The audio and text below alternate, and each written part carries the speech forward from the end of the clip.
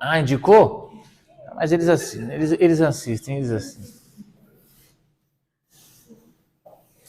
Já nem sei, eu vou e volto às vezes, viu? Eu já fiz isso uma outra vez no curso da ceia. Vou fazer aqui o curso da ceia, vou deixar aqui só para algumas pessoas, mas aí liberei geral para todo mundo. O da igreja de Corinto também, enfim.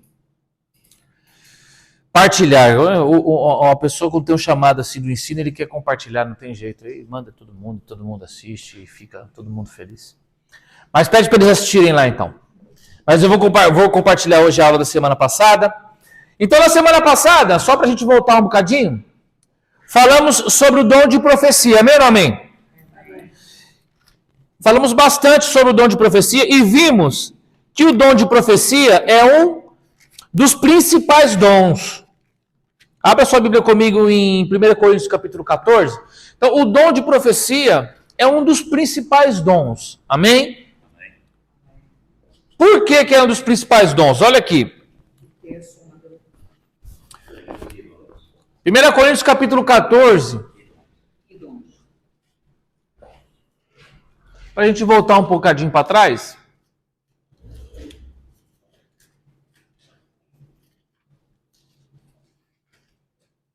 Um dia a gente vai ter uma sala de ensino assim, com umas cadeiras para a gente poder pôr um... Amém ou não amém? Amém. Eu profetizo isso aí em nome de Jesus. A gente vai ter uma sala assim grande só para a gente poder... Um quadro bem bonito. Uma câmera assim só no quadro, com uma edição bem... Ana. Amém. Todos acharam? 1 Coríntios capítulo 14? Amém. Verso 1. Segui o amor e procurai com zelo os dons espirituais, mas principalmente o de profetizar. Então, o dom de profecia é um dos principais dons. Amém? Paulo menciona isso aqui na primeira epístola dele aos Coríntios, no capítulo 14. Falamos que é um poder, é um dos dons do Espírito de revelação, amém ou não amém? De inspiração, perdão.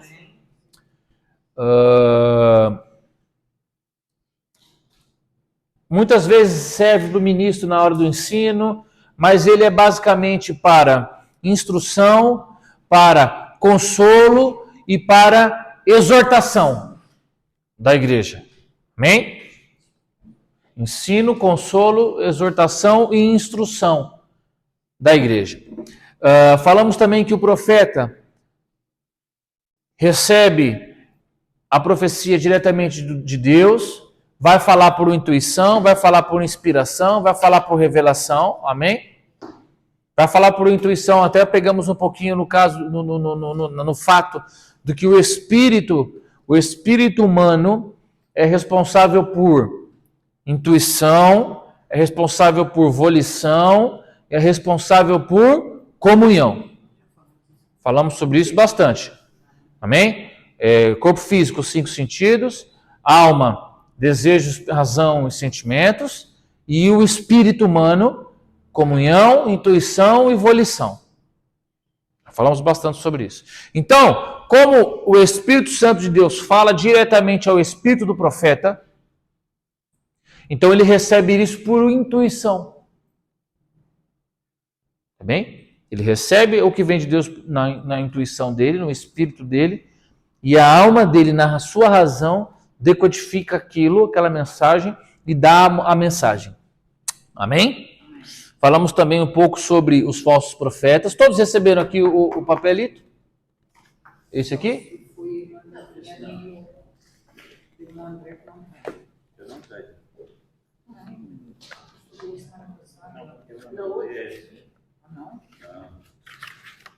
Eu não tinha com eu.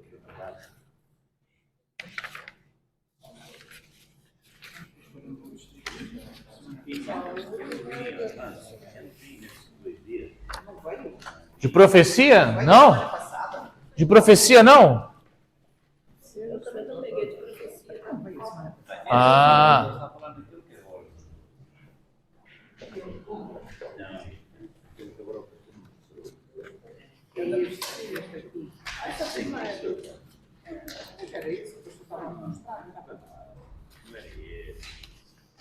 Então, preste atenção, vamos lá. Falamos sobre a importância do dom, porque ele é uma soma, lembra? Ele é uma soma de dons. Então, ele é uma soma, por exemplo, da variedade de línguas e interpretação de línguas. Ele é uma soma de visões.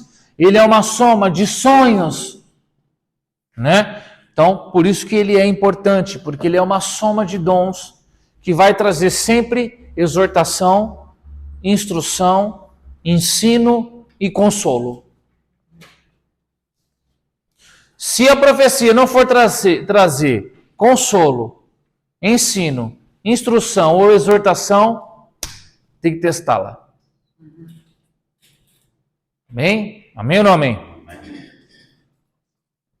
O que mais que a gente falou sobre o dom de profecia? Me ajudem aí.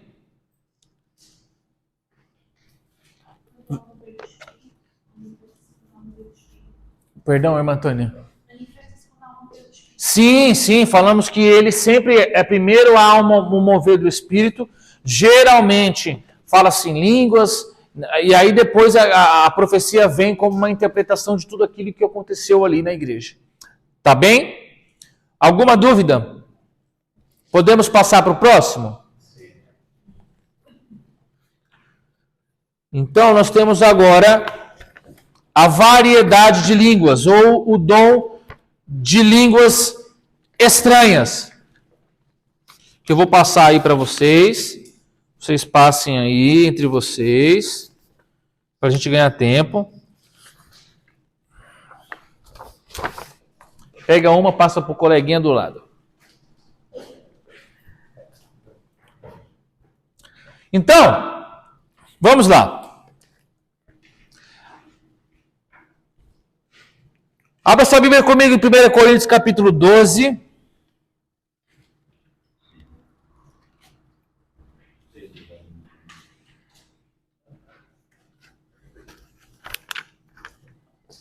Primeira Coríntios 12, volta aí algumas páginas para trás. 12:8. Porque a um, pelo Espírito, é dada a palavra de sabedoria, a outro, segundo o mesmo Espírito, a palavra da ciência, a outro, pelo mesmo Espírito, a fé, a outro, dons de cura, pelo mesmo Espírito, a outro, o poder de operar milagres, a outro, a profecia, a outro, dom de discernir espíritos, a outro, diversos gêneros de língua, e a outro, a interpretação das línguas. Então, amém. Então, nós vamos ter no Novo Testamento. Obrigado, irmã. Nós vamos ter no Novo Testamento a ocorrência mais importante, ou mais comentada, ou mais citada no Novo Testamento do dom de línguas é no livro de Atos dos Apóstolos, amém? As línguas que aconteceram lá no dia do Pentecostes. Ali há duas vertentes teológicas que acreditam que aquelas línguas podiam ser idiomas diferentes. Então, um falava em inglês, outro falava em português, outro falava em francês, outro falava em hebraico. Amém ou não amém?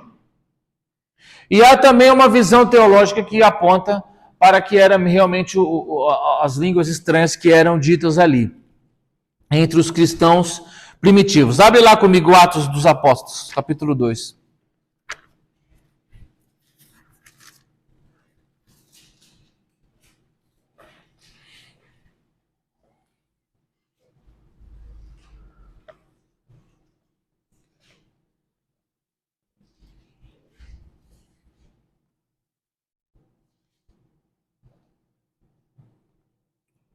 Todos acharam?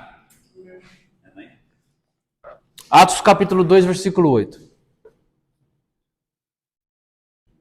Verso 7. E todos estavam atônitos e se admiravam, dizendo uns aos outros: eis aí, pois, não são todos varões galileus? Versículo 8. Pois, como os ouvimos falar cada um na língua em que fomos criados. Então, é difícil a gente saber se realmente foi idiomas ou se foi línguas estranhas. Por quê? Porque Deus pode usar muito bem as coisas débeis desse mundo, esses varões galileus, para poder confundir os sábios. Tá bem? Mas, olha só no versículo 6. Quando ouviu-se aquele estrondo, ajuntou-se a multidão e estava confusa, porque os ouvia falar na sua própria língua. Tá bem? Não, é impossível a gente desvincular isso aqui da Torre de Babel. É logo. Dizem que a culpa Deus porque é que aprendemos as línguas hoje. Mas foi. Entre eles, as próprias línguas parecem que eram iguais, mas tinham tonalidades diferentes. Exato. Às vezes, entre eles também não se entendiam. Então, é difícil a gente não fazer uma relação com a Torre de Babel ou a confusão das línguas lá na Torre de Babel. Então, o que o Espírito Santo vem trazer? Vem trazer isso de volta para a igreja. Como que eu posso dizer? O Espírito Santo vem trazer uma só linguagem. Por quê? Sabemos que na Torre de Babel, antes da Torre de Babel, havia uma só linguagem. E no Pentecostes, o que o Espírito Santo vem trazer para a igreja? Uma só linguagem. Vem trazer uma só voz. Onde a igreja ouve cada um na sua língua, só que ela fala uma só linguagem. Porque é diferente de linguagem, é diferente de idioma. É diferente de língua. Linguagem é diferente de língua. Por que na língua, olha aqui, por que na língua estranha na igreja, a igreja entende uma só mensagem, ela entende uma só linguagem. Então Deus vem trazer aquilo que se perdeu lá na Torre de Babel. Quando Nimrod, que foi o primeiro grande homem poderoso dessa terra, decide levantar a Torre de Babel, porque Nimrod, preste atenção, Nimrod, ele é o primeiro tipo do anticristo citado na Bíblia. Nimrod é o primeiro tipo de anticristo citado na Bíblia. Porque ele vai contra aquilo que Deus ensina. Ele vai contra aquilo que Deus queria do homem.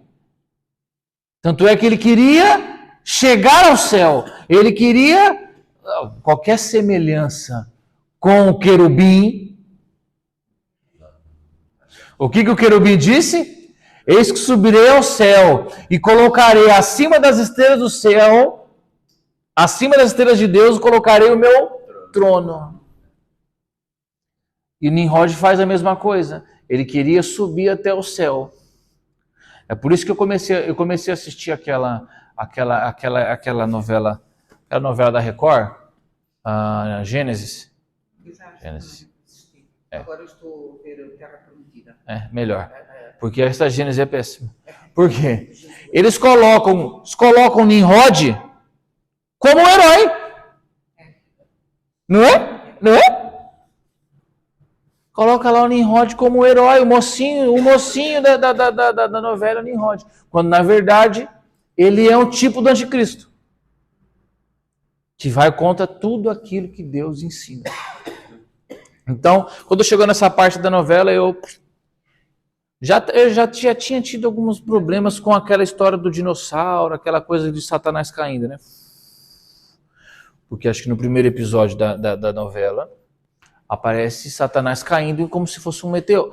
O meteoro que destruiu os dinossauros, segundo aí a arqueologia, coisa e tal. Porque existiam os dinossauros, amém? Segundo a arqueologia. Não sei quantos bilhões de anos atrás.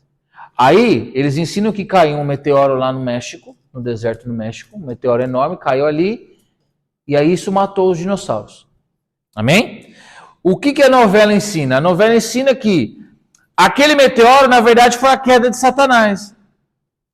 Quando Satanás caiu, aí Jesus diz assim, lá no livro de Apocalipse, eis que eu vi, Apocalipse não, Jesus diz, eis que eu vi Satanás cair como um raio. Lembra que Jesus fala isso? Sim. Quando ele diz, olha, vós não se surpreendeis porque os demônios, isso que saem de vocês. Eis que eu vi Satanás cair como um raio. Então eles pegam a queda do luzeiro, que não tem nada a ver com essa passagem de Jesus, que não tem nada a ver com os dinossauros, e colocou tudo no mesmo. Horrível. Mas tudo bem, tem licença poética. Amém? Uma novela tem licença poética. Então você pode pegar um fato e você pode desenhar um monte de coisa em volta daquilo, porque aquilo é uma ficção. Só que você não pode pegar colocaram o fruto, um fruto azul. Sim. Um fruto azul todo brilhante que Adão come. Não, péssimo. Assista a Terra Nostra que é melhor. Tem que falar que o dono da Record é evangélico. Então a gente espera muito. A gente espera muito. Até porque o Apocalipse, a novela Apocalipse, foi razoável. Tem na ficção. Já vi alguns episódios. Isso. É razoável, teologicamente dizendo, ela é razoável. É até assistível. Tem algumas passagens que realmente é mais ou menos aquilo e tal. Aí logo depois do Apocalipse, eles lançam Gênesis. E eu lembro que lá em casa, eu até comecei a assistir o Apocalipse, gostei, mas parei por outras questões, que enfim. Mas Priscila continuou assistindo junto com o Lucas, e gostaram daquele final, quando vem o anjo com a corrente e tal. E aí logo depois do Apocalipse, começa Gênesis. Aí eu falei, vou assistir, porque eu sempre gostei muito do Gênesis. Péssimo. Enfim, eles misturaram tudo, fizeram uma bagunça danada lá e ninguém entende nada. E aí colocam o Nimrod como o mocinho. Oi, pode falar. Mas aqueles, no dia de Pentecostes, eles entenderam-se todos. E os outros entendiam eles. Os outros entendiam eles. E este versículo 2 aqui, de línguas de fogo foram partidas sobre eles. Então, aí que mora a confusão. A confusão por quê? Porque as línguas de fogo eram repartidas, ou seja, acredita-se que as línguas de fogo eram as línguas estranhas. As línguas de fogo. Era o dom de línguas. Não era mesmo como que uma chama. Também. Porque eles reconheciam uns dos outros. Lá no deserto, Deus. Tinha lá. Então, a chama sobre a cabeça deles tinha. Só que as línguas eram repartidas, então eram línguas estranhas. Só que as outras pessoas, preste atenção, então é assim, nós falávamos aqui línguas estranhas, eu e você, e nós nos entendíamos. Só que o irmão Rubem não falava língua estranha, e também entendia o que nós falávamos, mas nós estávamos falando língua estranha e ele entendia em português. E aí, a irmã Teresa entendia em francês, porque ela era francesa. Porque aqui na igreja, quando alguém fala em línguas, você não entende aquilo em português. Você ouve aquilo como língua estranha. Essa é a divergência, porque tinha as línguas de fogo, mas também as pessoas entendiam cada qual no seu idioma. Então, não é bem uma confusão. É bem que uma divergência de ideias. Não, falavam em língua estranha, mas compreendiam no seu idioma. Já tinham a interpretação. Ou tinha-se as línguas estranhas e também tinha os idiomas. Estão conseguindo compreender? Eu vou deixar para vocês decidirem o que vocês acreditam. Na verdade, estavam ali representadas 70 nações. Não é? Exato, que era uma grande festa, era o Pentecostes, é a principal festa do judaísmo, uma das, porque você também tem a festa dos tabernáculos, que é muito importante. Não, são 7 festas, mas há 3 que são importantíssimas. Pentecostes, a festa dos tabernáculos E, ai meu Deus, qual que era a outra aqui? Não. Tem uma outra. Acho que é a festa da colheita, alguma coisa assim, enfim. Mas a Pentecostes e Tabernáculo, tanto é que Jesus nasceu na festa dos tabernáculos. Vou falar sobre isso aqui um dia também, estou preparando um sermão. Jesus nasce na festa dos tabernáculos. Por quê? Deus tabernaculou entre o homem. Na festa dos Todas elas tabernáculos. têm um significado. Todas têm um significado. Então, como era a festa dos Pentecostes, e na festa dos Pentecostes, todos os judeus da região, dos países vizinhos, iam para Jerusalém. Então você tinha, como se fosse hoje, vamos imaginar hoje. Você tem, por exemplo, judeus no mundo inteiro. Amém ou não amém? Amém. Então vamos imaginar que você saia, principalmente dos Estados Unidos. Estados Unidos é um país que tem muitos judeus. Então você sai lá, um monte de judeu americano, e vai lá na festa do Pentecostes em Israel, em Jerusalém. Aí você tem lá, quem mais? Países que tem muitos judeus. O Brasil tem muitos judeus. Aí sai lá do Brasil, muitos judeus vão para Jerusalém. Aí chega lá, o pessoal começa a falar língua estranha, um escuta em português, outro escuta em inglês. Você está conseguindo compreender? Tinha muita gente lá. E todo mundo desses judeus, que não foram cheios do Espírito Santo. Você está conseguindo compreender? É por isso que há essa confusão. Porque eram pessoas que não foram cheias do Espírito Santo, que viam. Que somente viram o mover do cair, do descer do Espírito e compreendiam no seu próprio idioma. Então, a teologia vai nessas duas linhas. Já lá qual é que está faltando. Porque a palavra nos fala que É o Yom Kippur. Yom Kippur. 1 Coríntios 12, né, fala o discernimento das línguas. Então, eu creio que assim, o batismo com o Espírito Santo, a língua estranha só pode ser discernida aquele que tem o discernimento. Aqui, e quando eles falam que cada um eles entendiam o que estava sendo falado, quer dizer, no seu idioma, eles conseguiam interpretar, né? Então não era, como diz, línguas estranhas. Então, foi isso que eu disse. O que acontece? Então, você pode ser as duas coisas. Então, você pode, pessoas falando em línguas estranhas e outras pessoas com discernimento de línguas, e que, por questões óbvias, se tem o discernimento, vai entender no seu próprio idioma. Porque ela consegue discernir aquilo. Ou pessoas falando em línguas estranhas e outras sem discernimento, mas que, para resgatar aquilo que se foi perdido na Torre de Babel, entendiam no seu próprio idioma. Pode ser ambos. Pode ser um, pode ser outro, ou pode ser os dois ao mesmo tempo. Alguns falavam em língua estranha, outros compreendiam no seu idioma porque tinham discernimento. E aqueles que não tinham discernimento compreendiam no seu idioma mesmo assim. Estão conseguindo compreender o que eu quero dizer? Eu não vou dar minha opinião para vocês para não direcioná-los para nada. Mas consegue entender que há essas correntes teológicas divergentes. Divergentes são divergentes, elas tentam discernir, uma acredita no X, outra acredita no Y. Pastor, e a repartição das línguas de fogo sobre todos não pode ser considerado a repartição do Espírito Santo sobre cada um, daí... Não foi repartição do Espírito porque o Espírito não se reparte mais. O Espírito Santo se repartia antes. Lembra que a gente falou sobre isso? Sobre os 70 lá de Moisés? Sim. Porque no Antigo Pacto, antes da morte de Jesus, no Antigo Pacto, então o Espírito Santo só estava em uma pessoa por vez. Era. Então, quando que ele é repartido? Quando ele desce sobre Moisés, e aí do Espírito, a Bíblia está lá, a gente leu sobre isso, do Espírito que estava nele, se repartiu por 70. E se formou-se o Sinédrio. Exatamente. E aí por quê?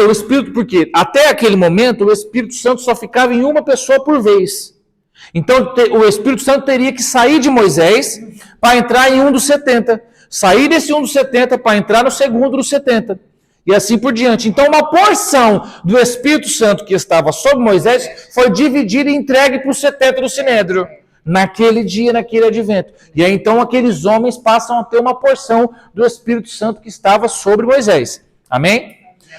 Exatamente. Só que o que Jesus disse? Eis que eu vos envio um Consolador, para que fique com vocês até a consumação dos tempos. Só que quando vem Jesus e ele envia o Espírito Santo, aí ele já não é mais repartido. Ele é na totalidade. O Espírito Santo em nós está na totalidade dele. Ele já não se reparte. Não é dividido como foi lá no Antigo Testamento. Foi a única vez no Antigo Testamento, porque depois ele sempre saía de um, pulava no outro. Saía de um, pulava no outro. O Espírito Santo estava sempre só em uma pessoa por vez. Sempre em uma pessoa só por vez. Ele não enchia duas pessoas ao mesmo tempo. Tanto é que quando Elias é arrebatado, aí que enche sim Eliseu. Porque enquanto estava o Espírito Santo em Elias, Eliseu não tinha. Por isso ele vai pedir porção dobrada. O que ele quer? Eu quero porção dobrada do Espírito que há em ti. Lembra que Eliseu diz isso? Eu quero porção dobrada do Espírito que há em ti, porque eu ainda não tenho. Então agora mudou. Agora o Espírito Santo habita em nós na totalidade dele. É por isso que aí agora ele distribui todos os dons. Isso tudo que nós estamos falando aqui, os profetas, os juízes, quando recebiam o Espírito Santo, faziam todas essas coisas. Por exemplo, operação de maravilhas. Sansão fez um monte. Profecia, os profetas todos fizeram um monte. Operação de maravilhas, Elias fez um monte. Eliseu fez um monte. É ou não é? Um corpo morto foi jogado na cova, encostou nos ossos de Elias e ressuscitou.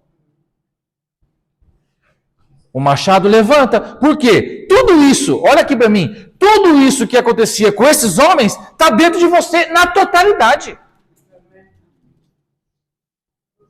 Mas é que não sabemos usá-los. Porque somos imaturos. Há uma questão cultural. O hebreu, o judeu, ele já nascia programado e preparado para crer nessas coisas que Deus... É por isso que Deus vai sempre falar, eis que eu sou o Deus que te tirou do Egito com mão forte, que te levou pelo deserto, que jogou o pão do céu. Uma criancinha assim, ele já ouvia todas essas maravilhas. E detalhe, foi o avô dele que fez isso. Foi o bisavô dele que viveu isso. Ele falava com o bisavô dele falava para ele, olha, eu vi uma nuvem de fogo. Não conseguiu compreender? Porque isso passava de pai para filho, pela boca, de geração para geração. O meu trisavô viu o mar vermelho ser aberto. Você acha que essa criança, se for um profeta, não vai conseguir, não vai ser direcionado para poder fazer essas coisas grandes? Nós não. Nós aqui, nesse 2023, nascemos aí em 1980, 50, 60, 40. A gente é muito moderno. Então, para a gente mentalizar que essas coisas são possíveis, é muito difícil. É muito difícil. É por isso que a Bíblia vai dizer, bendito e mais bem-aventurado é aquele que não viu. Porque olha aqui, para você, olha aqui para mim, por exemplo. Para 100, para Abraão, presta atenção. Quando 100 filho de Noé, morre, Abraão ainda era vivo. Ao contrário, quando Sem morre, Abraão já era vivo. Então Abraão vai ouvir a história do dilúvio de um descendente próximo daquilo que aconteceu. Pega nas gerações lá para você ver. Vai lá quanto tempo esses caras ficaram vivos.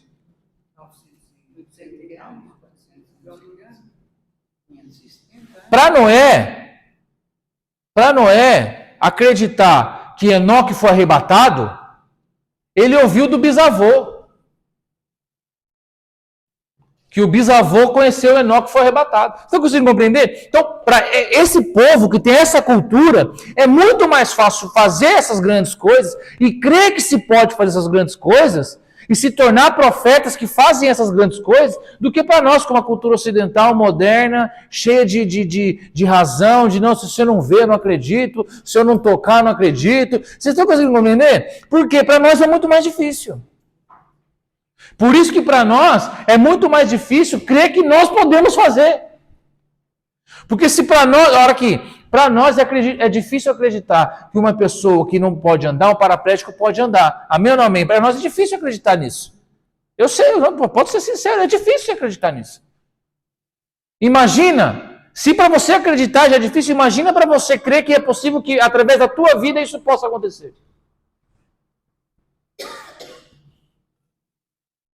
Ou olha aqui para mim. Ou você acha que quando Elias mandou a mulher começar a encher os jarros de azeite, você acha que ele sabia o que ia acontecer? Não, só obedeceu. Você está conseguindo compreender? Ele já estava preparado. E ele crê, porque ele ouviu, porque ele já... Ô Eliseu, cadê o machado? Caiu lá no fundo da água. Suba, machado. Você acha que... Olha aqui para mim. Você acha que ele sabia? Não, esse machado vai subir. Não. Eles já vivem a sua mente programada. Isso é dom de fé. É programada para crer que aquilo vai acontecer. Para crer que Deus vai usar a vida dele para que aquilo aconteça. É programação. É relacionamento com Deus. É intimidade. É dom de fé. É proximidade com Deus ali, a ponto de falar ao Senhor, eu sei que isso vai acontecer. Ô Senhor, eu sei que isso não é a vontade do Senhor. Eu sei que isso aqui é para essa doença não é para a morte, é para a glória do Senhor. É isso que esses homens tinham que nós não temos. A gente ainda fica preso a essa coisa católica, apostólica, romana, de que são pessoas. Ah, não, só o padre. Ah, não, só o pastor. Ah, não, é o pastor que tem que orar. Ah, é o pastor que tem que impor a mão. Amém, glória a Deus, também tem que fazer, mas você também pode fazer. É porque a gente está tão distante, desculpa falar, mas é que a gente está tão distante de Deus que a gente não se sente capaz, a gente não se sente útil o suficiente, sendo que na verdade ele só está esperando que a gente se aproxime dele e que comece a fazer para que ele comece a nos usar. Essa aqui é a verdade em relação aos dons. O Espírito Santo já está totalmente dentro de você, só esperando você se aproximar dele e começar a se colocar à disposição para que as coisas comecem a acontecer. Amém ou não amém? O machado vai subir. As pessoas vão olhar a sua vida e vão se converter só por olhar a tua vida. Você só precisa se colocar à disposição, se ter intimidade com Deus, buscar intimidade com Deus. Chega de frieza espiritual. Tem que orar todo dia, sim. Tem que ter momento com Deus, sim. Tem que correr e buscar e querer e fazer a diferença. Claro.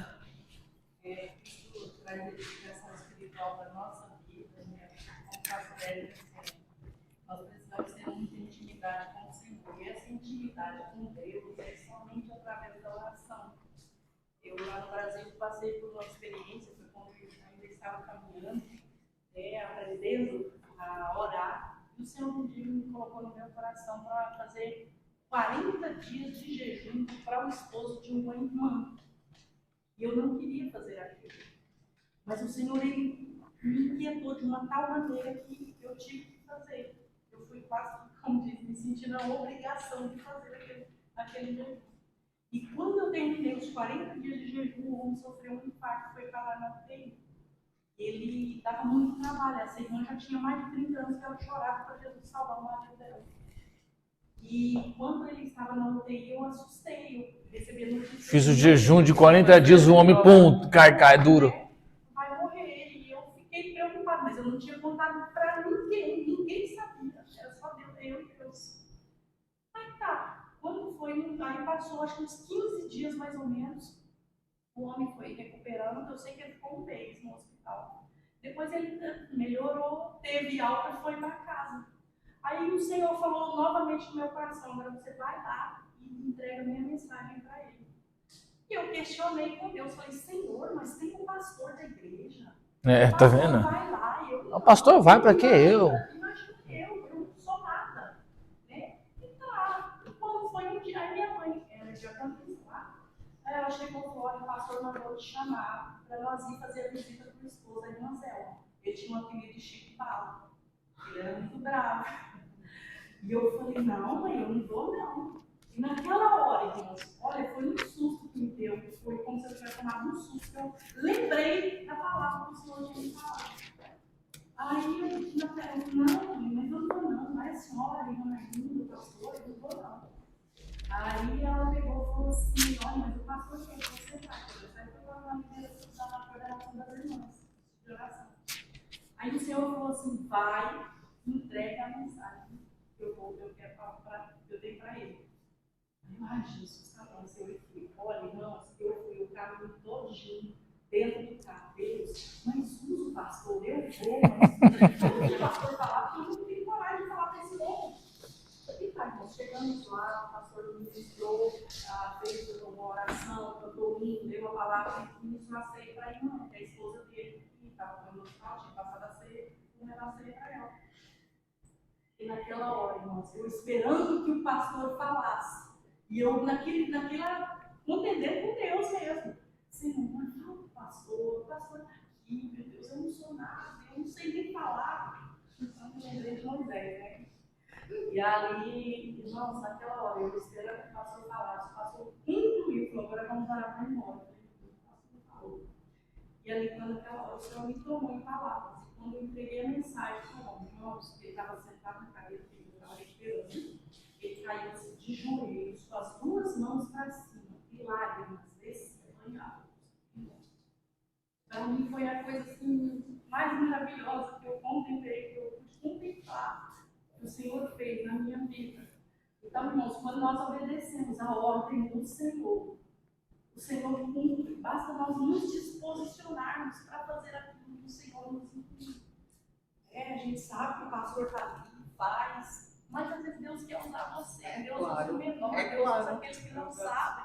A própria palavra de Deus nos diz, a própria palavra diz que Deus usa os que não são para confundir. E o que acontece é o seguinte: muitas vezes, a gente já falou sobre isso aqui, Deus, no meio disso tudo que a irmã disse, trabalha na irmã, trabalha no homem, trabalha na esposa. Ah, mas vai o pastor. Não vai o pastor, porque eu não tenho nada para trabalhar com ele.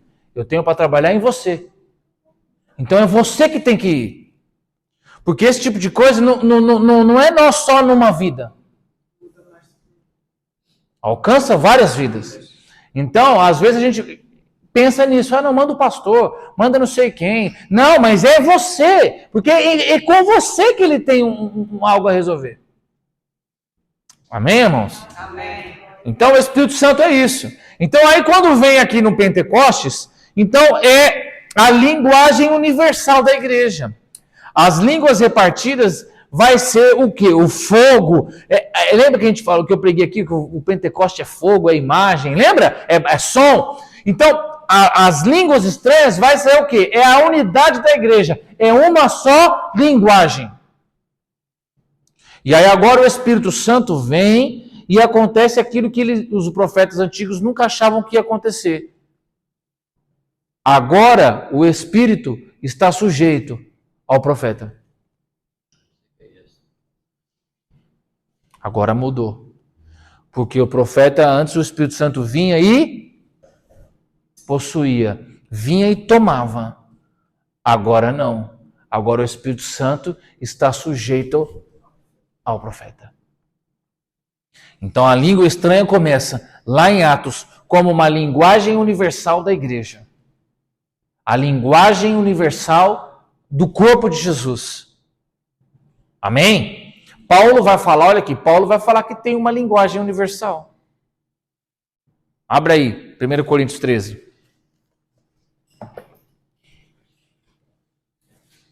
Tem que fazer um curso só de 1 Coríntios também. Nem precisa, a gente está tanto tempo já nesse livro. Né? 1 Coríntios é poderoso. O livro de Coríntios é fantástico. Porque era uma igreja que era para ser top. Falamos sobre isso, tinha todos os dons. Era para ser muito mais do que foi. Quer queira, quer não, acabou sendo, né? Porque trouxe muita lição, mas trouxe muita lição do que não fazer, do que não ser. Atos capítulo 13, todos acharam? Primeiro, eu falei o quê? Esquece, o pastor está muito... 1 Coríntios capítulo 13, ainda que eu falasse... Então, há uma língua celestial, amém ou amém?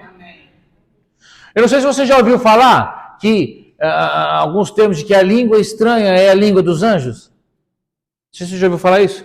Que língua estranha é a linguagem dos anjos. É o idioma que os anjos dizem.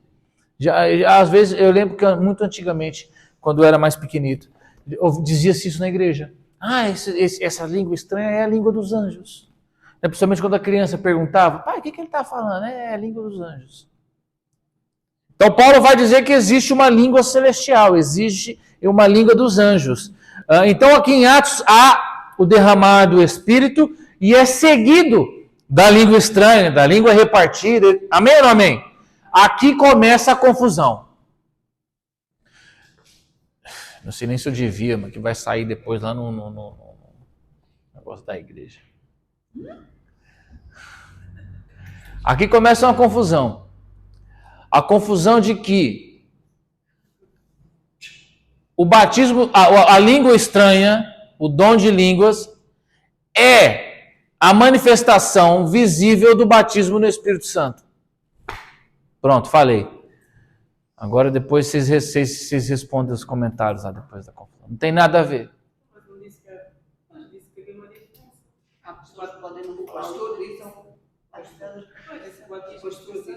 o batismo do Espírito Santo era uma coisa, falar em línguas estranhas era outra coisa. Sim. E acho que é preciso falar, é preciso batismo para falar, mas não. Não, então, pera lá. O que a igreja acredita? Não, a igreja, principalmente, a igreja pentecostal. A igreja pentecostal, uma das bases da fé dela é o quê? Que o dom de línguas é a manifestação do batismo no Espírito Santo. Sim, foi assim que eu... Quem aprendeu assim? Eu. Todos nós aprendemos assim. Pelo menos os penteca todos, né? Pentecas. Tanto isso não é bem assim. Isso causou muito constrangimento dentro da igreja durante muitos anos. Porque você tinha pessoas pentecostais, pessoas batizadas no Espírito Santo, pessoas de Deus, pessoas que buscavam uma vida de santidade, mas que por uma questão ou outra não falavam em línguas estranhas e não se sentiam bem, não se sentiam espirituais, não se sentiam filhos de Deus no meio de uma igreja pentecostal onde todo mundo falava em língua. Não se sentiam realizados.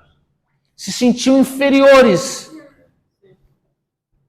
Isso durante anos, isso sangrou a igreja pentecostal durante muito tempo.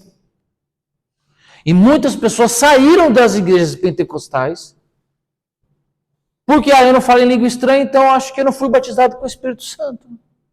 Quando na verdade uma coisa não tem nada a ver com a outra. A Bíblia vai falar de 3 batismos.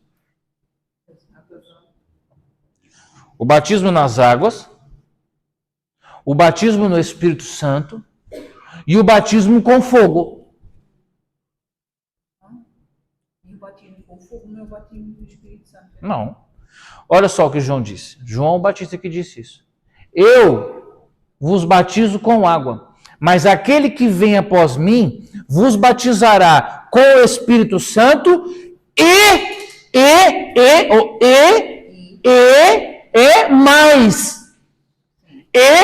com fogo. Então, o batismo com fogo é um. O batismo com o Espírito Santo é outro. O batismo nas águas é outro. Mas os todos são o mesmo batismo.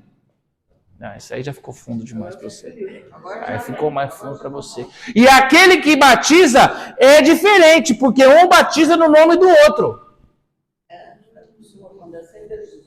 Olha aqui, um batismo é o filho que batiza no Espírito, o outro é o pai que batiza no filho.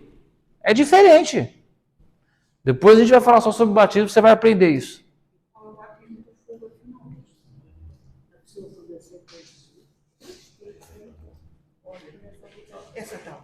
Essa tá boa, né? Vai começar, tá toda pra eu sair do tema e não voltar nunca mais, né? Agora é o seguinte. Eu ia desenhar aqui, mas não tem caneta. Tem quadro? Peraí. Por acaso. Tá todo mundo enxergando aí? Sim, estava aqui fazendo um recado. Rapidinho, porque olha só, vocês são terríveis, né? Não, o professor é que começa. A culpa é minha, né? O que é isso aqui? Não, tabernáculo. Presta atenção.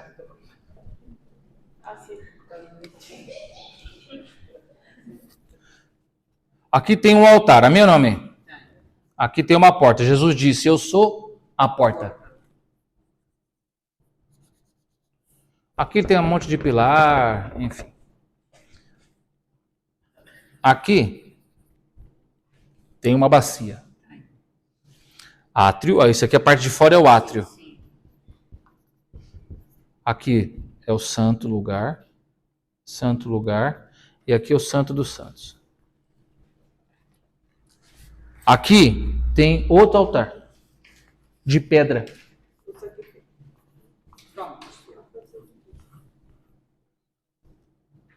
Olha aqui, ó. Já falei sobre isso. Vocês ficam fazendo voltar toda hora, né? Olha lá, então vamos lá. Aqui tem o altar, amém? Aqui tá faltando uma peça. Tá. Então aqui, olha aqui. É o altar de sacrifício. Falta a mesa dos pães. Vou chegar lá. Aqui, fora, é o altar de holocausto.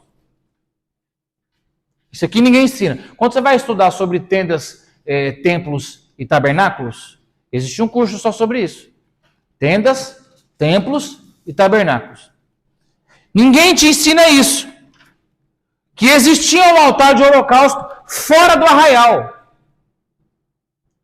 Onde? Na novela Genesis. Onde a oferta de holocausto, que era 100% queimada, não era queimada aqui. Aqui só era a oferta que o sacerdote podia comer. Então, o sacerdote comia dessa oferta. Então, você levava lá a sua oferta, o seu bezerro, o seu cordeiro, sei lá o que for, o sacerdote comia da perna dele. Era da perna, exatamente. Quando era uma oferta de sacrifício. Porque existem vários tipos de oferta. Quando era uma oferta de holocausto, a oferta era 100% queimada. Não sobrava nada, ninguém ficava com nada. Só se retirava a gordura do rim e do fígado. Tem um porquê. Outro dia eu falo sobre por que era a gordura do rim e por que era a gordura do fígado. Oi? Não, agora não. Eu já estou me estendendo demais. Presta atenção, volta cá. Então aqui, a oferta era 100% queimada aqui. Amém ou não amém? E as cinzas daqui eram jogadas aqui.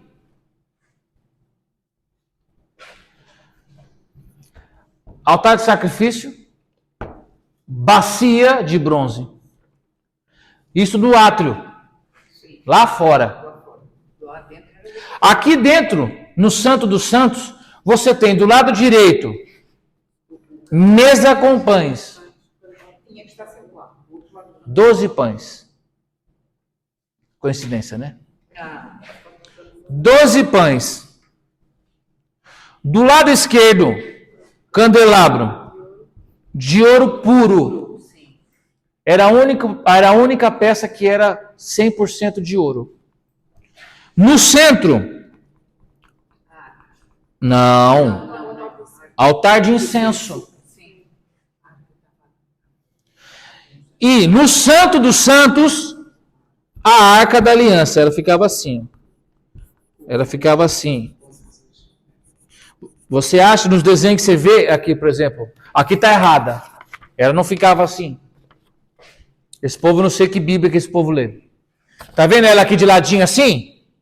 Ela não ficava assim. Ela ficava com as barras para poder carregar elas, ficavam para frente. Aqui ela tá de lado. Ela ficava para frente. E ela ficava encostada na cortina assim. Quando o sacerdote entrava, ele só precisava olhar na cortina. E sabia que a presença de Deus estava lá do outro lado. Então, aqui está a arca.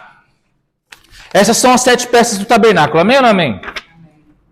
Então, Jesus é a porta. Amém? Você ouve a pregação e entra por ele. E aí você confessa a Cristo aqui. Aqui você o confessa no altar. Depois que você o confessa, você então desce as águas do batismo. Que é onde estava a bacia. Que é a prova física e espiritual daquilo que você confessou. Então você confessa com a tua boca, mas desce na água. Porque você pode só falar da boca para fora. Então você passa pela porta, que é ele, o confessa no altar de sacrifício, desce as águas do batismo na bacia, mas você ainda está no átrio. Está longe ainda. Ainda tem que ter mais. Tem que caminhar ainda. Você tem muito que caminhar ainda. Olha aqui para mim. Tem gente que vai batizar depois de 3 anos que aceitou Jesus. Ou seja, a caminhada dele ainda nem começou e já passou 3 anos.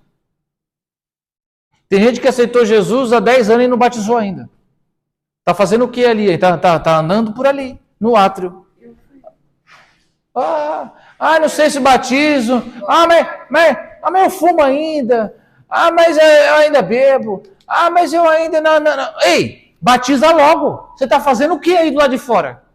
A mim não me batizaram logo. Não me deixaram. Batiza logo.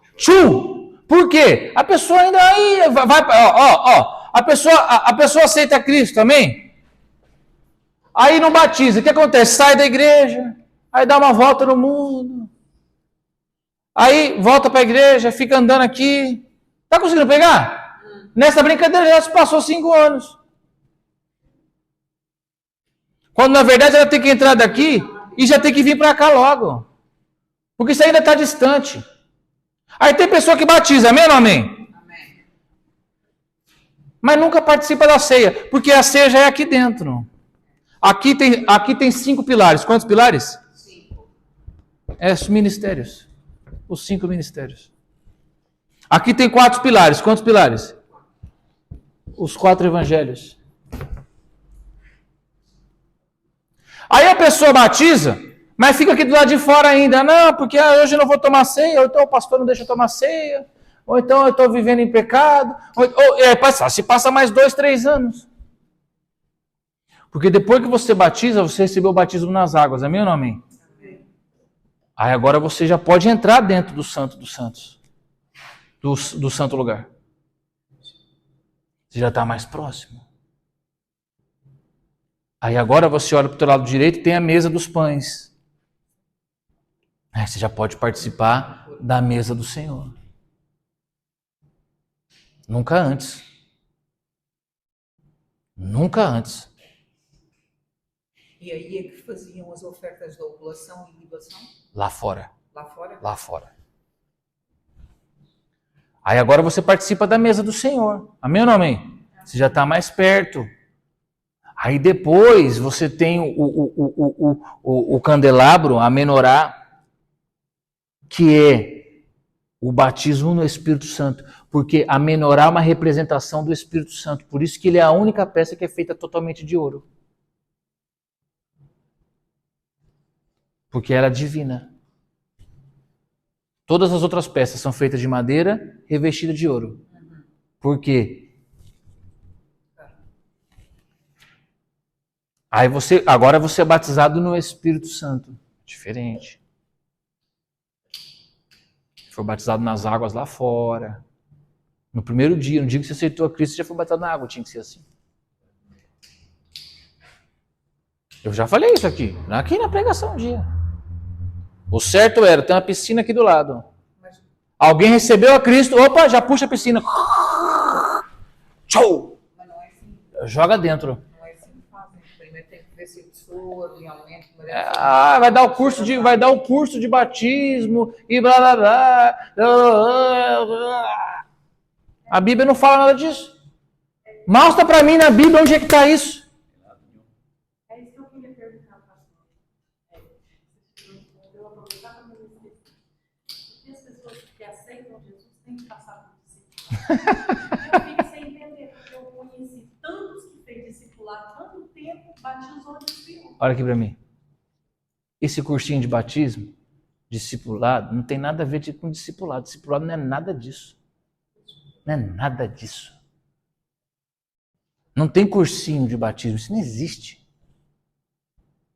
Olha aqui, em Atos capítulo 3 ou capítulo 4, né? Pedro pregou para 3.000 pessoas e batizou no mesmo dia 3.000. Vral, água neles, para dentro. Tchou, tchou. Depois nem perguntou se fumava, não perguntou se bebia. Não, aceita Cristo, aceita. O eunuco, lembra do Filipe? Sim, ele estava pensando. Filipe prega a palavra para ele e ele fala, o que eu tenho que fazer? Você precisa ser batizado. Pode ser ali? Pode. Tchou. Sem cursinho de batismo, sem discipulado, sem nada disso. Banho neles. Amém ou não amém? Amém. Mas não, calma aí, tá esperando o diabo levar embora. Só pode. Não, porque agora você tem que parar de beber, agora você tem que parar de fazer isso, tem que parar de fazer aquilo, você tem que parar de fazer aquilo, você tem que parar de fazer isso, tem que parar de fazer isso, parar de fazer isso. Pronto, a pessoa foi embora para o mundo, não quero mais saber, isso é muito complicado isso aí. Não tem um texto bíblico que apoia esse discipulado, que não tem nada a ver com discipulado, esse cursinho, essa espera, essa demora. Não, a Bíblia vai ensinar. Aceitou a Cristo, água nele. Tem que haver, os pastores têm que vir a fazer um curso aqui. Não é? E a confusão que gera isso aí? Até porque, se ele aceita Jesus aqui da igreja, sai, atravessa a rua, atropelado e morre. Ele Ei, vai a confusão, imagina. Nem vou falar de João 3, que é o que a Priscila está dizendo. Meu Deus do céu, pensa na confusão. O ladrão da cruz deu tempo de batismo. Ele também não. Mas o ladrão da cruz é outra coisa. Foi Jesus mesmo. Não.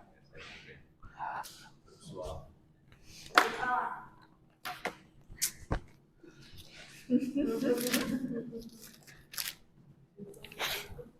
Volta para o capítulo 10 de 1 Coríntios. A vigília. Ficar pela madrugada, falarmos acerca de muita coisa. Se a sua cabeça embanana com o ladrão da cruz, vamos embananar ela mais ainda agora. Vamos lá, pastor, vamos embanar. 1 Coríntios capítulo 10. Primeira Coríntios.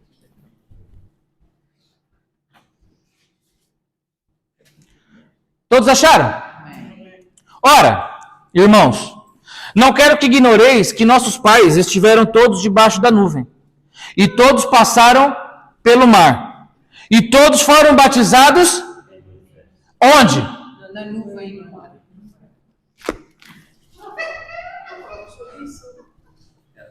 Eu dei apontamento sobre isso. Quando os passados não são falando. E depois que eles foram batizados, versículo 2, leia comigo o versículo 3. Depois do batismo, só depois do batismo. E todos... Comeram da mesma comida espiritual. A comida era o quê? Espiritual. E depois que eles comeram, eles fizeram o quê?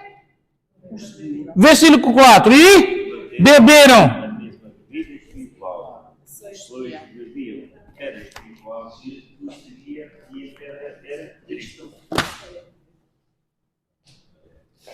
Então, eles foram batizados por Moisés no mar e na nuvem. E depois que eles foram batizados, eles fizeram o quê? Foram batizados. Depois eles fizeram o quê? Comeram e beberam da comida e da bebida Espiritual. Tá aí. Isso aqui, eu já falei para vocês, isso aqui se chama caminho da justiça. Ele é uma reta, ele só faz assim, não tem como. É uma reta, só pode ir para frente.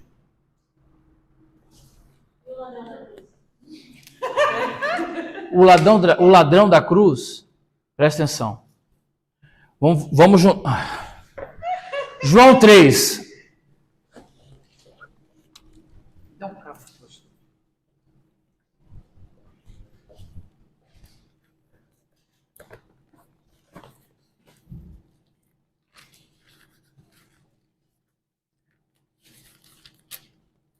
Eu já falei sobre João 3 para vocês umas 3 vezes. Vamos lá.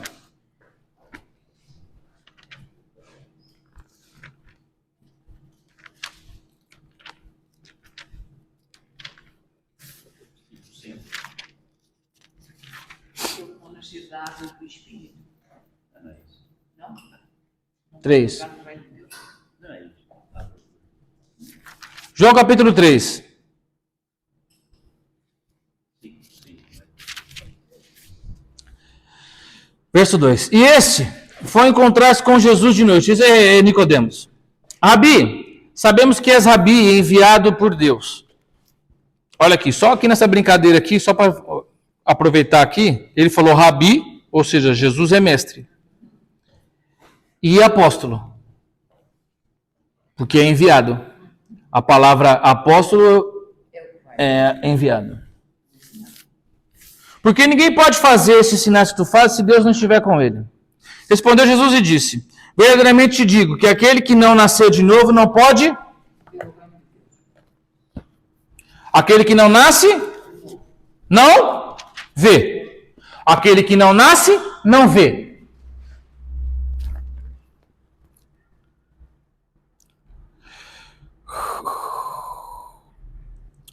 Verso 5. Jesus respondeu. Aí ele fez essa pergunta aqui que é de se surpreender que um fariseu estudioso das Escrituras perguntasse o que ele perguntou no verso 4. É porque ele não entendia nada do que Jesus estava dizendo. Ele perdeu a noção. Ele não sabia nada do que Jesus estava dizendo. Porque isso aqui não tinha acontecido ainda nenhuma vez. Foi um versículo que me deixou intrigado sempre toda a vida. O quê? É o versículo 5. Vou te desintrigar agora. Não desentrei. Versículo 5. Jesus respondeu: na verdade, a verdade te digo, que aquele que não nascer da água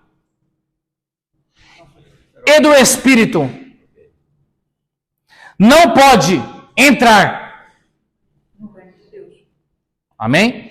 Então, aquele que não nasce, verso 3, aquele que não nasce não pode ver, nem ver. Ou seja, o homem natural, aquele que não aceitou Jesus, aquele que não nasceu de novo, nem vê o reino vai ver.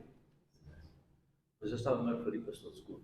Estava a referir ao versículo 4 e 5, mas era esse que me intrigou sempre. Como é que uma pessoa adulta diz uma coisa dessa? É porque ele não entendia por quê. Isso aqui nunca tinha acontecido. Mas assim, O novo nascimento só acontece depois de Cristo. Ninguém nascia de novo antes. Não havia novo nascimento. Amém? Porque o Espírito vivificante que faz o novo nascimento acontecer é Cristo. Na verdade, digo que aquele que não nascer da água e do Espírito não pode entrar. Então, o que ele já está falando de outra coisa. Amém ou não amém até aqui? O que acontece? Vamos explicar isso aqui primeiro. Se você não aceita Cristo, você não pode ver o reino. Você não nasceu de novo. Se você aceita Cristo, você pode ver. Quando você aceita Cristo, a garantia que você tem é ver. É por isso que você vem aqui na igreja e você vê um monte de coisa. Você vê pessoas sendo curadas, você vê pessoas falando em língua, porque você vê o reino de Deus. Isso é o reino de Deus, a gente vive o reino, isso é o reino de Deus. Agora, se você não nasce da água, mas quem disse que é a água do batismo nas águas?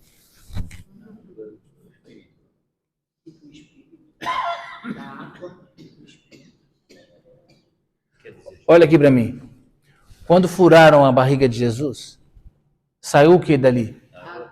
Ah, então aquilo ali que saiu era a água do batismo. Por que está escrito água ali e você acha que aquilo é batismo nas águas?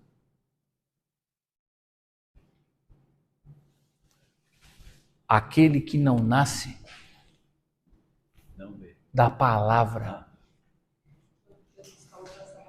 A água é a palavra. O que Jesus disse? Olha aqui para mim. Uma para frente assim, porque o livro de João é o livro das águas. Já te ensinei isso, não já?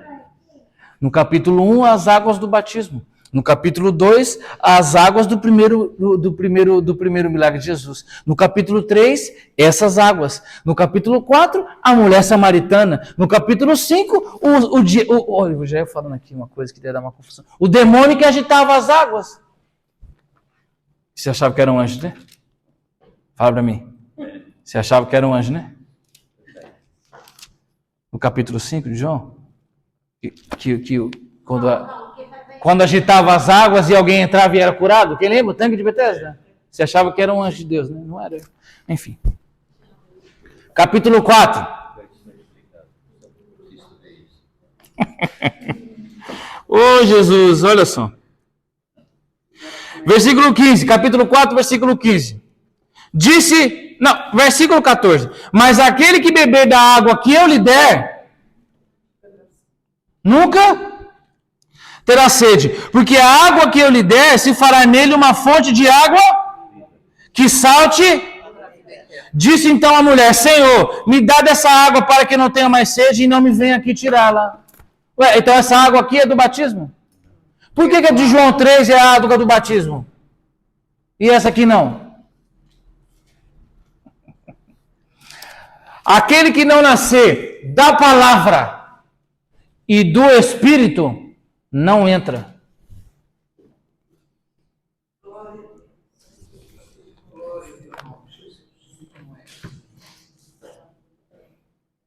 Ah, mas o ladrão na cruz não desceu na água, não tomou banho lá na piscina. Mas quem disse que é disso que ele está falando?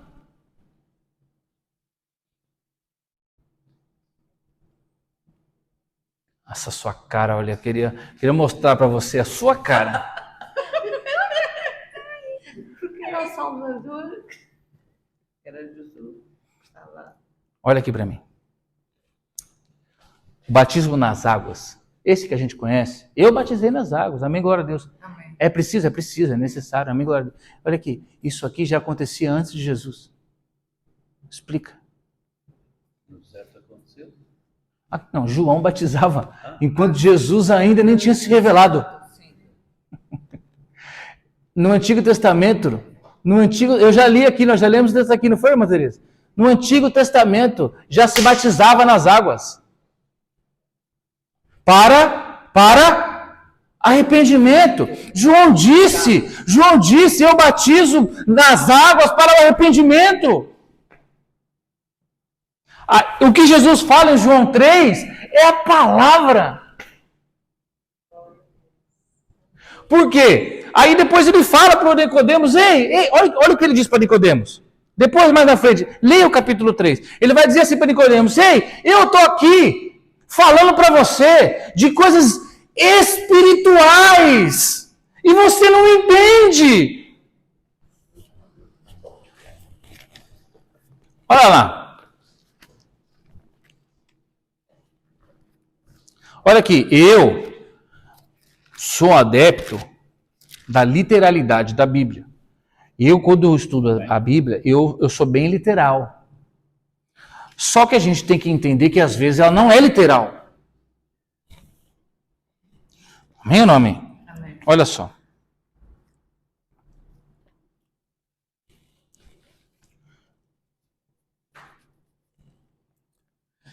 Jesus, verso 10. João 3. Jesus respondeu e disse: Tu és mestre de Israel e não sabes isto?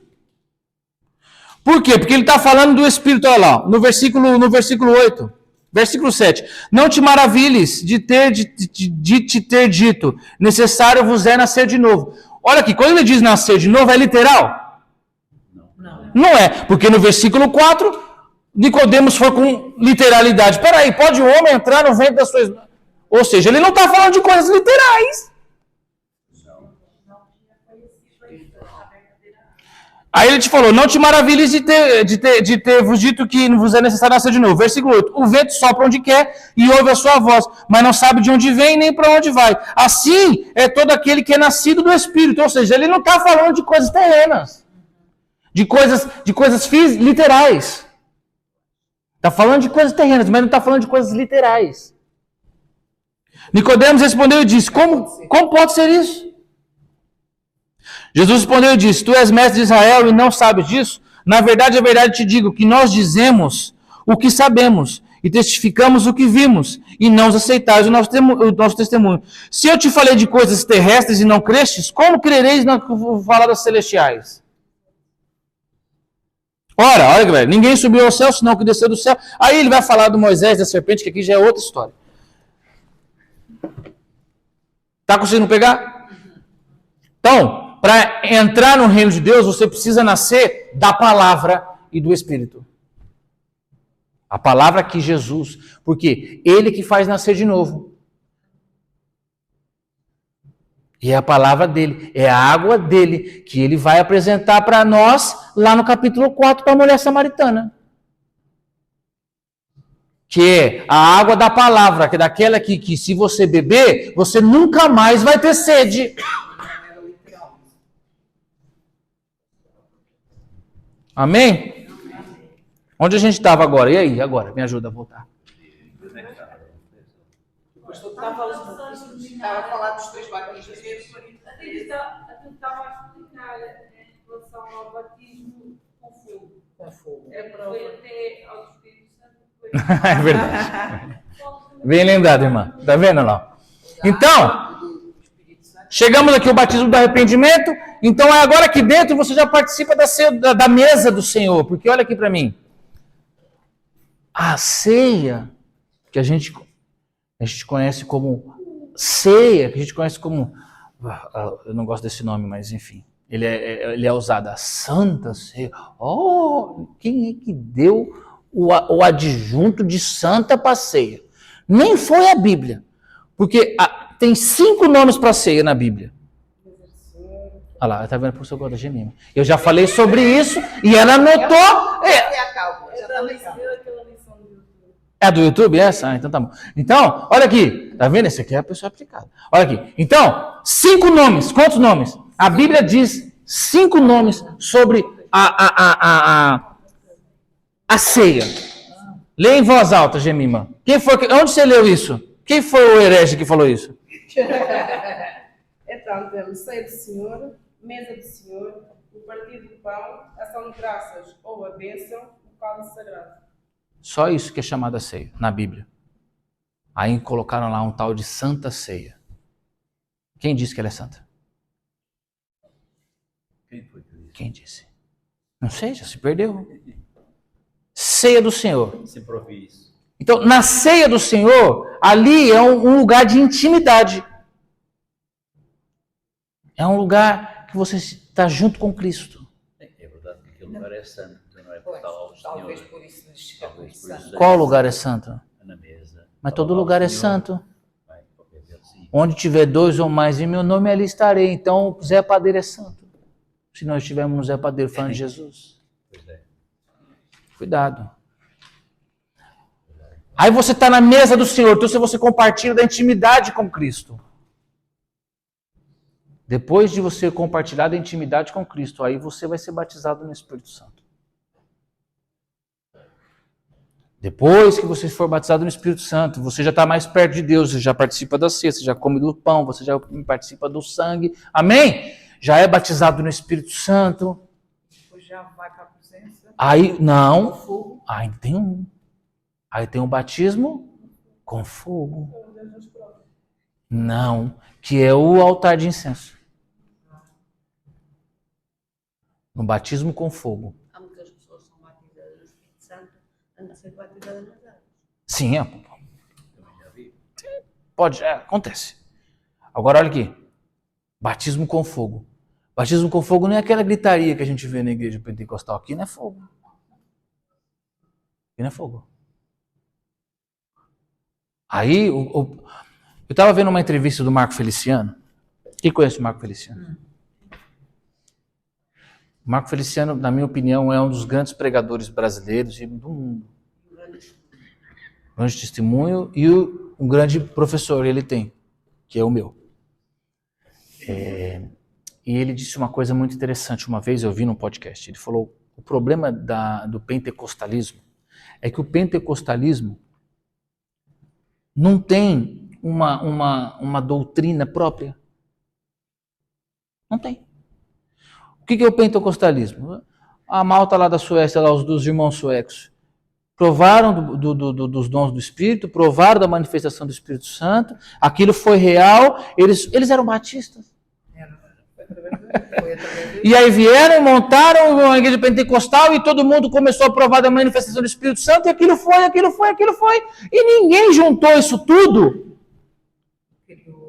Uma teologia sistemática baseada no que é o pentecostalismo. Eles até ficaram contra o povo. Sim. Aí fica essa coisa. Ai, sai daí! Isso é fogo, não? Quem disse? Eu conheci os todos. Ah, não, mas fala em línguas, então já tem um dom do Espírito. Quem disse? Mas, irmão, desculpe interromper, mas eu conheci todos esses irmãos ainda que já sou velho, não é? Nem parece, eu, vá. eu conheci-os pessoalmente e alguns ainda estiveram em minha casa. Mas a verdade que o irmão está a dizer é real, porque havia muita confusão, não se entendia muito bem qual era a mensagem que ele Exato. às vezes queria O que é o pentecostalismo? O que é a igreja pentecostal? O que ela acredita? Vocês estão conseguindo compreender? Não se tem. Você tem isso dos batistas, você tem isso dos presbiterianos, você tem isso, enfim, de várias outras linhas, tradicionais ou não, luteranos, etc., metodistas. Você tem, mas do pentecostal não tem. É largado.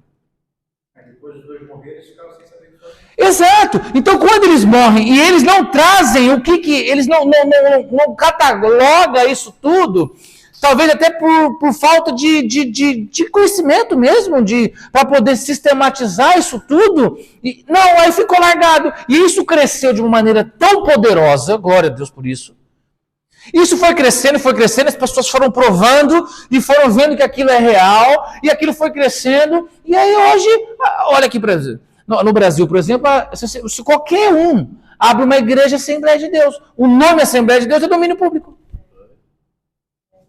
E aí cada um abre e nem sabe o que fala, isso aqui é fogo, isso aqui não é fogo, isso aqui é batismo, isso aqui não é, isso aqui, e ninguém sabe, não tem um norte. Fala para mim um nome reconhecido de um teólogo pentecostal. Não há. Não há.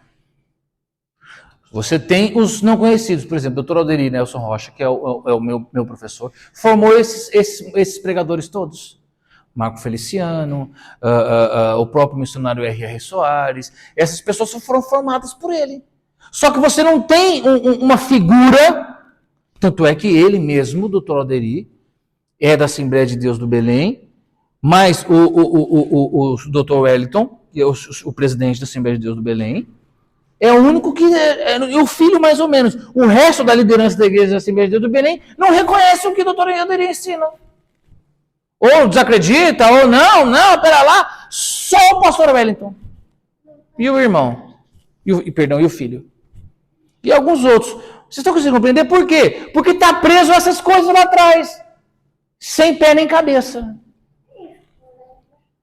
Por isso que o pentecostal é muitas vezes desacreditado pelos batistas, desacreditado pelos presbiterianos, que são os grandes estudiosos das escrituras. Adventistas. Os adventistas não desacreditam os assembleanos porque para eles é interessante estarmos próximos, porque eles pelos todos os outros são meio excluídos, né? Digamos assim. Mas então nós pentecostais ficamos assim meio que num limbo. Os batistas querem ser nosso amigo porque não quer que a gente se aproxime do adventista, mas também a gente não tem. Vocês estão conseguindo aprender? A gente é motivo de chacota, teologicamente dizendo, pelos batistas, pelos presbiterianos. Por quê? Porque eles têm uma teologia sistematizada daquilo que eles acreditam. A gente não. Mas eles também, aquilo em que eles acreditam também está limitado mesmo por aquilo que as Escrituras explicam. Sim, eles têm... Porque assim, o fato de você crer numa coisa não significa, e outro crer no outro, não significa que um está certo e um está errado. Significa que um é fundamentalizado, o outro não. Então, isso que nós estamos falando aqui. O batismo com fogo. O batista não crê no batismo com fogo. Só que ele é fundamentalizado por aquilo. Ele pega as escrituras, ele usa os textos e ele fundamentaliza o não crer. Agora, o pentecostal, isso é fogo. Vocês estão conseguindo compreender?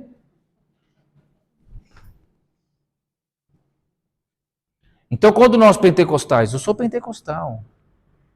Quando nós vamos estudar, eu tenho que fazer o quê? Olha aqui para mim. Eu tenho que ir lá no Batista, eu tenho que pegar aquilo que eu creio, batismo com fogo. Então, eu vou ter que estudar. Então, eu vou ter que ver quem foi que sistematizou aquilo. Lembra que eu falei sobre teologia sistemática? Então, quem foi que sistematizou o batismo? Quem tem isso sistematizado? Ou então eu sistematizo isso, mas eu não vou fazer isso. Então eu tenho lá batistas, presbiterianos, adventistas, blá, blá, blá. Eu vou pegar isso que eles fundamentalizaram, sistematizaram, e vou filtrar para aquilo que eu acredito, e vou também procurar e buscar referências pentecostais daquilo. Estão conseguindo compreender ou não? Para eu poder ser um pentecostal fundamentado nas escrituras, não naquilo que eu acho daquilo que é tradição. Pensa que é fácil? Não é fácil. Para nós pentecostais é muito mais difícil. Porque a gente não tem literatura. É mais ou menos como os católicos dizerem que foi assim que me ensinaram, é assim que vai ser até ao fim. Claro que hoje, glória a Deus, tem muito mais literatura, tem muito mais sistematizações de pensamentos pentecostais, porque isso cresceu muito e enxergou-se a importância de trazer isso para a academia. Tanto é que a Assembleia de Deus, pelo menos no Brasil, ela já tem uma universidade própria de teologia. Então você pega lá a FATESB, por exemplo, é a faculdade de teologia da Assembleia de Deus. Amém ou não amém? Batismo com fogo. Então, batismo no Espírito Santo, amém? Batismo com fogo. Então, o batismo com fogo... O batismo com fogo, o que que é? O batismo com fogo é que agora você vai ser provado teu caráter vai ser provado. Então você já caminhou bastante. Já aceitou Cristo, já passou pelas águas do batismo, já participa da mesa dos pães, já é batizado no Espírito Santo. Agora o teu caráter é quem vai ser provado.